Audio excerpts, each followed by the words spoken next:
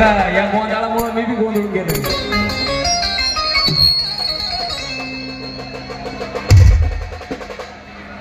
वाढपीपाशी काहीतरी गोंधळ झालेला आहे.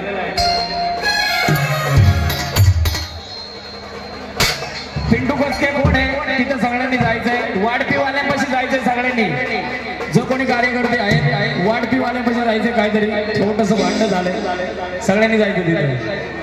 हा रत्नाचा रकी